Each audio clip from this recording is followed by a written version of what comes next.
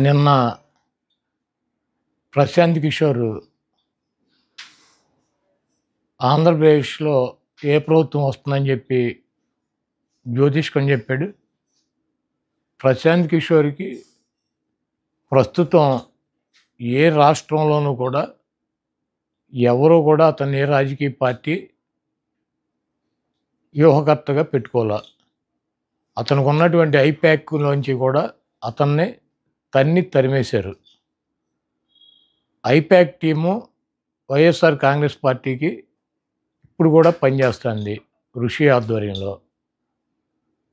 లగడపాటి రాజగోపాల్ లాగా ఇతను కూడా జ్యోతిష్కం చెప్పడం మొదలెట్టాడు. ఇతనికి వృత్తి ఏదన్నా ఒక రాజకీయ పార్టీని గెలిపించాలంటే డబ్బు తీసుకుని ఆ పార్టీ కోసం పనిచేస్తాడు వ్యూహకర్త.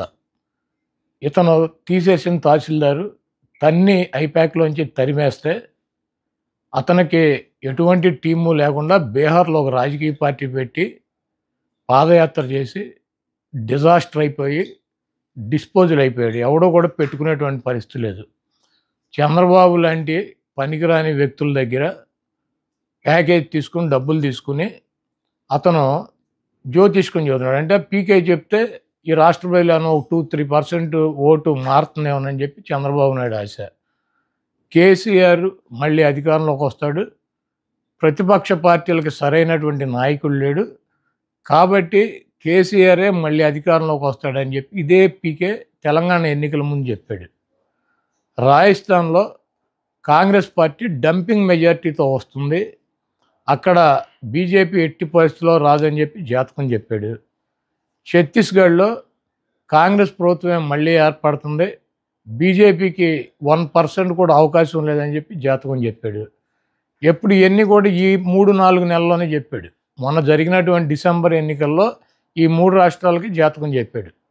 ఇప్పుడు వచ్చి ఆంధ్రప్రదేశ్లో జగన్మోహన్ రెడ్డి గారు గెలిచే అవకాశం లేదు, తెలుగుదేశం పార్టీ గెలుస్తుందని చెప్పి జ్యోతిష్కం చెప్పాడు. ముందు జగన్మోహన్ రెడ్డి గారికి కంగ్రాచులేషన్స్ చెబుతున్నాం.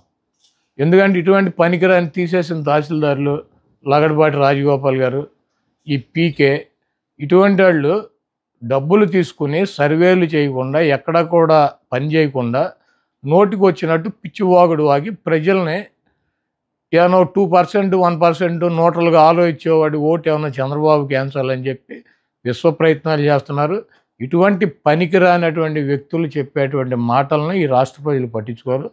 జగన్మోహన్ రెడ్డి గారి ప్రభంజనాన్ని ఆపగలిగినటువంటి శక్తి కానీ సామర్థ్యం కానీ ఈ పీకేలకి చంద్రబాబు నాయుడుకి ఇటువంటి వేస్ట్ ఫెలోస్కి లేదు. జగన్మోహన్ రెడ్డి గారు ఈ రాష్ట్రంలో గతంలో వచ్చినటువంటి 151 సీట్ల కన్నా పెచ్చు సీట్లతో అధికారంలోకి రాకపోతున్నారు. అటువంటి జగన్మోహన్ రెడ్డి గారి మీద ఎవరి దగ్గర డబ్బులు తీసుకొని ఇటువంటి చిల్లర వాగుడు వాగే అటువంటి పీకే లాంటి వెధవల గురించి పెద్ద పట్టించుకోవాల్సిన అవసరం లేదని చెప్పి చెప్తున్నాను.